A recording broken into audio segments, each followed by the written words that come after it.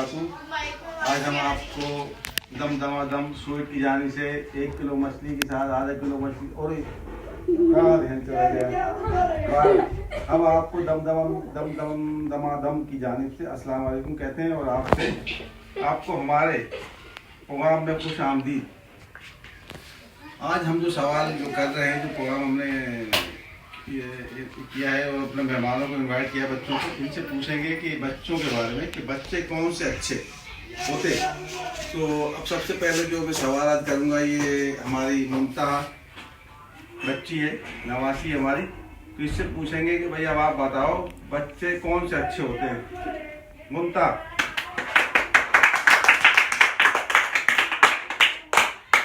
हम कहते हैं कि बच्चे तो वही अच्छे होते हैं जो समय पहले अपने माँ बाप का कहना मानते हैं।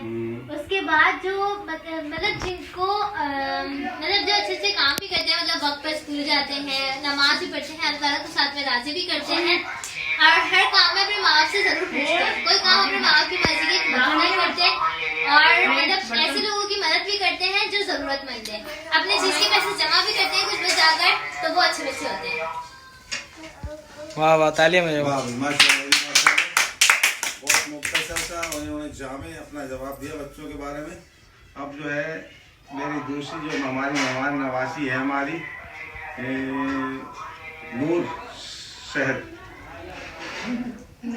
नूरुलैन मेरी नवासी है। अब इनसे पूछेंगे भी बच्चों के बारे में।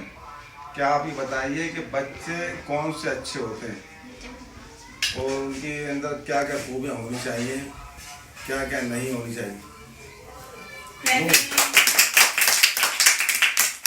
जैसे कि आप लोगों और आप जाके पहले कहना सुने, उसके बाद अपना खेले, जो भी कर रहे हैं आप, जो भी एक्टिविटी कर रहे हैं बाद में करें, पहले जाकर अपने वालिदैन का कहना माने और बड़ों का अदब करें, बुजुर्गों का ख्याल रखें। बच्चे मतलब जैसे छोटे बच्चे जो होते हैं उनको सिखाना चाहिए कि बड़ों का अदब करना चाहिए, बड़ों से प्यार से बात करनी चाहिए, सुबह उठने के साथ ही सलाम करना चाहिए। अगर वालिदैन इस तरीके से बच्चों को सिखाएंगे तो बच्चे तो सारे ही अच्छे होते हैं, कोई बच्चे बुरे नहीं होते, लेकिन थोड़ी सी तरबियत की बात होती है। अगर बच्चों को मतलब जिससे अच्छी तरबियत मिलेगी तो बच्चे अच्छे होंगे और अगर बच्चे स्कूल तालीम याफ्ता होंगे तो बच्चे बड़ों का अदब भी करेंगे और मतलब जिससे छोटे से प्यार भी करेंगे। और हमें ज्यादातर अपने वालिदैन का कहना मानना चाहिए क्योंकि वालिद की रज़ा में अल्लाह की रज़ा होती है और माँ के पैरों की जन्नत है, इसलिए हमें वालिदैन का कहना मानना चाहिए, बड़ों का अदब करना चाहिए, तो इसलिए बच्चे अच्छे होते हैं। वाह वाह, सुभान अल्लाह।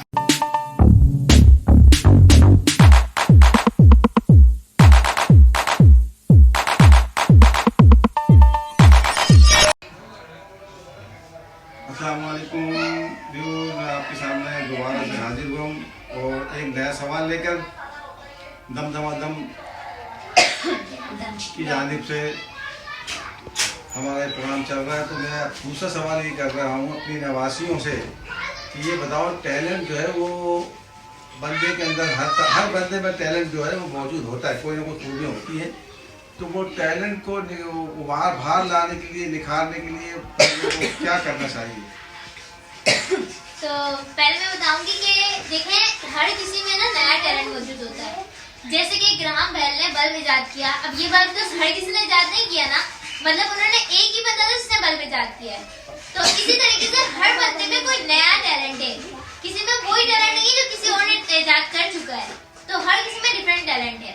वो हम टैलेंट ऐसे सुन सकते हैं कि आप अपने लाइफ में एक दफा आप किसी खाली कमरे में बैठे और फिर अपना कोई काम ढूंढे, पूरे दिन का आप रूटीन बनाए, कोई काम लिखे और बताएं कि आपको ऐसा कौन सा काम है जिससे आपका दिल लगता है।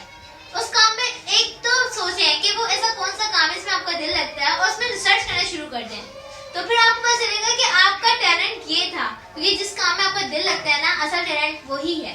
जिस काम से आप घबरा जाओ वो आपका टैलेंट नहीं है।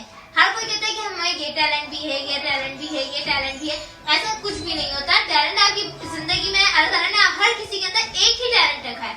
हाँ, मतलब हर कोई हर काम में परफेक्ट जरूर होता है पर वो उसका टैलेंट नहीं होता, क्योंकि एक इंसान उसमें थक जरूर जाता है। जैसे कोई पेंटर है, उसने कहा कि मुझे पेंटिंग करना अच्छी आती है, अब उसने पेंटिंग करना शुरू कर दी, पर वो उसमें थक जाएगा क्योंकि वो उसका टैलेंट उसके अंदर नहीं है। ये टैलेंट उसके अंदर जो टैलेंट है उसको वही तलाश करना होगा जिसमें उसका दिल लगता है। बस मैं यही कहना चाहती थी। मेरा दूसरा सवाल जो है अपनी दूसरी नवासी से है।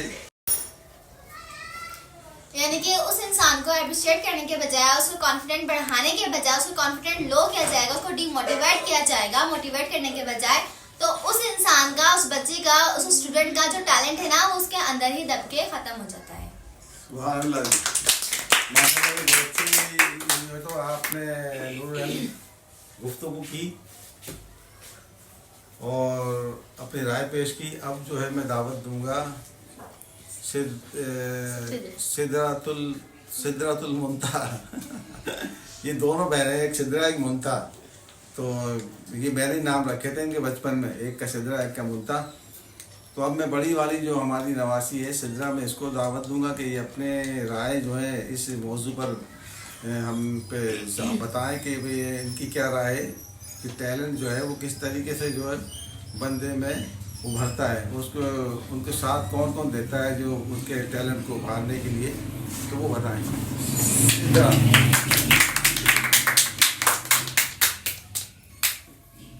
जैसे कि आप लोगों को जैसे कि इन लोगों ने बताया है कि किस तरीके से टैलेंट उभरता है इंसान का, तो हर बच्चे के अंदर कोई ना कोई टैलेंट होता है।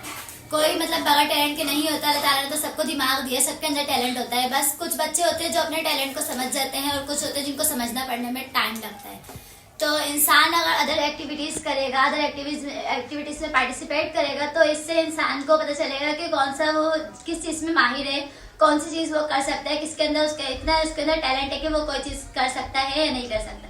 हर इंसान कुछ ना कुछ कर सकता है, लेकिन कुछ इंसान होता है जो कॉन्फिडेंट के लेवल की वजह से पीछे हो जाता है कि नहीं मैं ये नहीं कर सकता, और कुछ इंसान होता है जो आगे हो जाता है कि मैं कर सकता हूँ। तो हर बच्चे को, हर इंसान को ये सोचना चाहिए कि उसके अंदर इतना कॉन्फिडेंट है कि वो कर सकता है। और पेरेंट्स को चाहिए कि अपने बच्चों को अप्रिशिएट करें ताकि वो आगे से आगे बढ़ें और उनके अंदर कॉन्फिडेंट लाएं, ताकि वो हर चीज में पार्टिसिपेट करें, अदर एक्टिविटीज में हिस्सा लेंगे तो वो जरूर कामयाब बन सकेंगे। Thank you. माशाअल्लाह।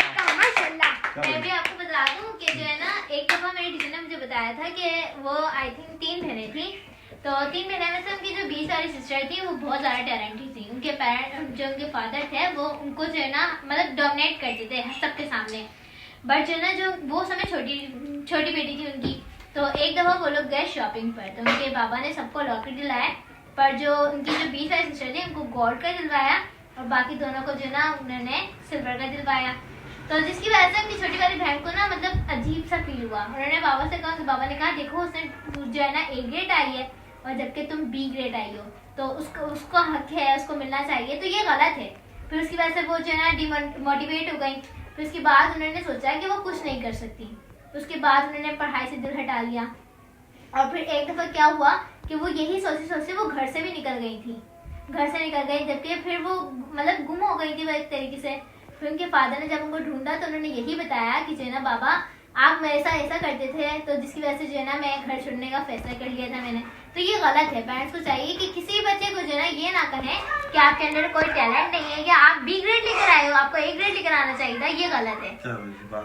नहीं, माशाल्लाह अच्छी बात की बच्ची है, लेकिन ये बात भी होना चाहिए, बच्चों को भी ये सोचना चाहिए कि स्पोर्टमैन स्पिरिट का मुजाहरा करें। अगर एक बंदे ने ज़्यादा अच्छा गेम खेला है तो उसको अच्छे नंबर मिल जाएंगे, इनाम मिलेगा। दूसरे ने अगर नहीं वो सही गेम खेला तो उसको कम छोटा इनाम होता है। इस लिहाज से ये बात नहीं होनी चाहिए और वालिदैन के साथ जो है तो कोऑपरेट करना चाहिए और कभी भी ऐसी गिरी हुई कोई हरकत नहीं करनी चाहिए जैसे बच्ची ने की थी कि घर छोड़ के चली गई, नहीं कभी मानना चाहिए। माँ बाप हमेशा बच्चों के बारे में अच्छा सोचते और क्या पता जो उन्होंने जो अपने बच्चों के लिए कहा है पैसे कम होने की वजह से उन्होंने किया बेचारों ने, तो कभी भी दिल बर्दाश्त होकर गंदी सोचे जहन में नहीं लानी चाहिए कि ये मेरे बड़ी बहन को ज़्यादा चाहते हैं और मुझे नहीं चाहते हैं, और ये है ये ऐसी ख्यालात जो है ना ये शैतानी ख्यालात और वसवसे होते हैं।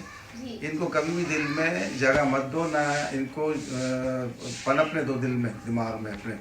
माँ बाप सब बच्चों को हमेशा बराबर की नज़र से देखते हैं, लेकिन ये है कि अपनी जेब की वसअत तो अपनी जेब की वो देखते हुए वो अपने हिसाब से करते हैं, बेचारा जैसे भी होता है।